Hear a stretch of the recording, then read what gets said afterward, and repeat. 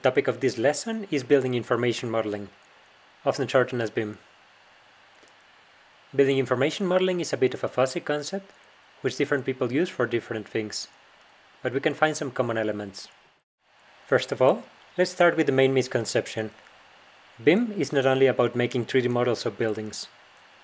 Instead, it refers to a whole methodology around these 3D models, involving different people and different software for different purposes. For instance, the process can start from building designers creating a BIM model using design software, which is then checked by people in a local government to make sure that it conforms to regulations. It might go back to the designers if there are problems, or ahead to a construction company if there aren't. Finally, the builders can return an updated BIM model to all involved parties, which is known as the as-built model. The 3D models created through this process can start from rough conceptual designs, but the final products are very detailed models with complex geometries and semantics. Although the B in BIM refers to buildings, the same methodologies are being applied to other kinds of projects, mainly in infrastructure. And as we mentioned earlier, the BIM models are mainly used for design and construction, but there is now a big push to extend this to everything from planning and permits, through the design and construction, and up to a building's day-to-day operation, maintenance, refurbishing and demolition. Or at least that's the idea, even if this is not the reality yet. If you just open a BIM model, you might not see what makes it different from the typical datasets in geoinformation, particularly if you compare it to a detailed 3D city model containing only one building.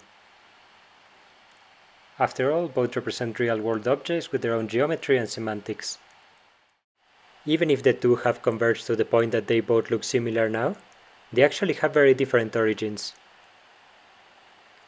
BIM software comes from the tradition of architecture and computer-aided design, whereas geoinformation comes from cartography and maps. BIM datasets cover one building site, maybe with a bit of its immediate surroundings, whereas GIS datasets cover large regions, like entire cities or countries. BIM models are modeled manually as a design, whereas geoinformation is produced semi-automatically based on data that is acquired through sensors. BIM models are very detailed, often containing even small elements like handrails, doorknobs or roof tiles. GIS datasets can have a lot of detail, like dormers, balconies and chimneys, but they don't approach the level of detail that you find in BIM models. The elements in a BIM model are almost always volumetric 3D objects, the sort of things that have to be built or installed, such as columns, walls or windows. By contrast, since the elements in GIS models are obtained from measurements, they usually consist of visible surfaces with semantics. BIM models are created at various points of the design process of a building, and hopefully after it is constructed as well. By contrast, GIS models are created based on data acquired at certain times. BIM models buildings and increasingly infrastructure, whereas geoinformation models everything, but with an emphasis on cities. Based on all of the above, BIM models are ideal to improve the design and construction processes of a building, whereas geo models are ideal to build different applications on them, such as spatial analysis. Now, as we said, BIM is really a methodology, but for the purposes of this course, we are only interested in BIM models, so let's focus on that. And since BIM models vary depending on the software and format that we're using, let's focus on models using IFC, which is the main open data model used in BIM. IFC stands for the Industry Foundation Classes, and it is an open standard managed by the Building Smart Consortium. Compared to the standards in the geoinformation world, it is very large. As of version IFC 4.2, which is currently a draft, there are 130 defined types, 217 enumeration types and 60 select types.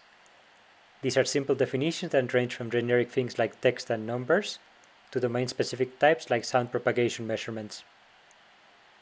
There are also 816 entities, which are essentially more complex classes that define geometries, semantic classes and relations between objects. Then there are 47 functions, which cover things like a cross product, 2 rules, which define constraints, 415 property sets, 93 quantity sets, and 1,697 individual properties.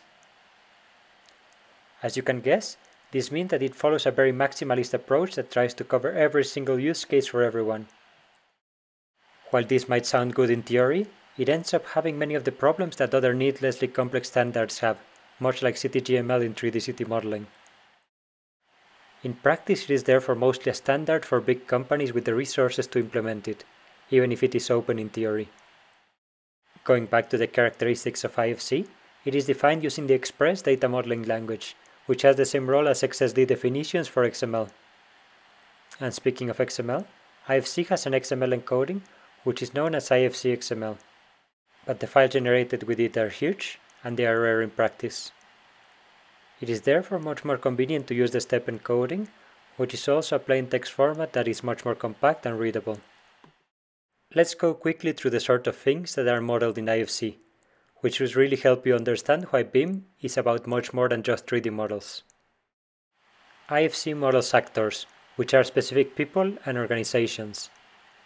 It models controls, which cover requirements like specifications and regulations. It models processes, which are actions that need to take place during construction.